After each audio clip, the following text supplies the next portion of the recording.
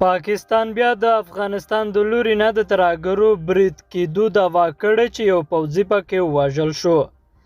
د پاکستان پوځ د جمعې په ورځ یو ځل بیا ویلي د خیبر پښتونخوا په کورمزوله کې د پولې د پورې غاړې افغانستان د لوري نه ترهګرو برید کړی او یو پاکستانی پوځي پکې وژل شوی دی. خو په افغانستان کې د طالبانو حکومت ویلي په افغانستان کې داسې کومه ډله یا عنصر نشته چې د افغانستان د خاورې څخه نور هیوادونو ته ګواښ وي. د پاکستان د سرکاري میډیا تر مخه پوځ ویلي د زیارت په ورځ په خرلچي کې ترهګرو په پوځ برید کړی او په ځوابي ډزو کې ترهګرو ته په غټه کچه تاوان اوښتی، خو د هغې کوم تفصیل نه دی ویلی. ویل شوي په برید کې یو سپاهي جمشید اقبال وژل شوی دی.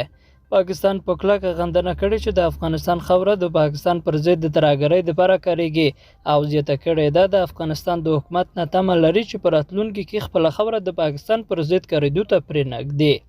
خو په افغانستان کې د طالبانو د حکومت مرستیال ویاند بلال کریمي ډیوه خبریال ارشاد بومن ته ویلي نه خو په افغانستان کې داسې کومه ډله یا عنصر شته چې د افغانستان د خاورې څخه نور هیوادونو ته ګواښ وي او د طالبانو د حکومت لخوا چاته اجازه ورکول کیږي چې د افغانستان خاوره د نورو پر ضد وکارول شي.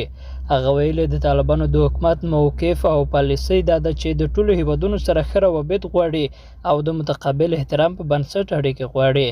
تحریک طالبان پاکستان پرون مازدیګر دعوا کړې چې تېره شپه د کورمې د خټګرۍ په سیمه کې د تحریک طالبان پاکستان وسلوالو هغه وخت برید کړی چې د دوی د سفر پر مهال پوځ دوه د ګیرولو هڅه کړې.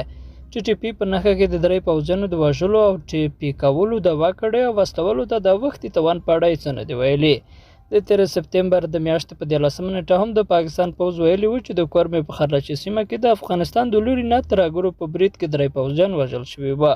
ټي پي د دغه برید ذمهواري هم منلې وه. درنو لیدونکو له ملتیا مو مننه.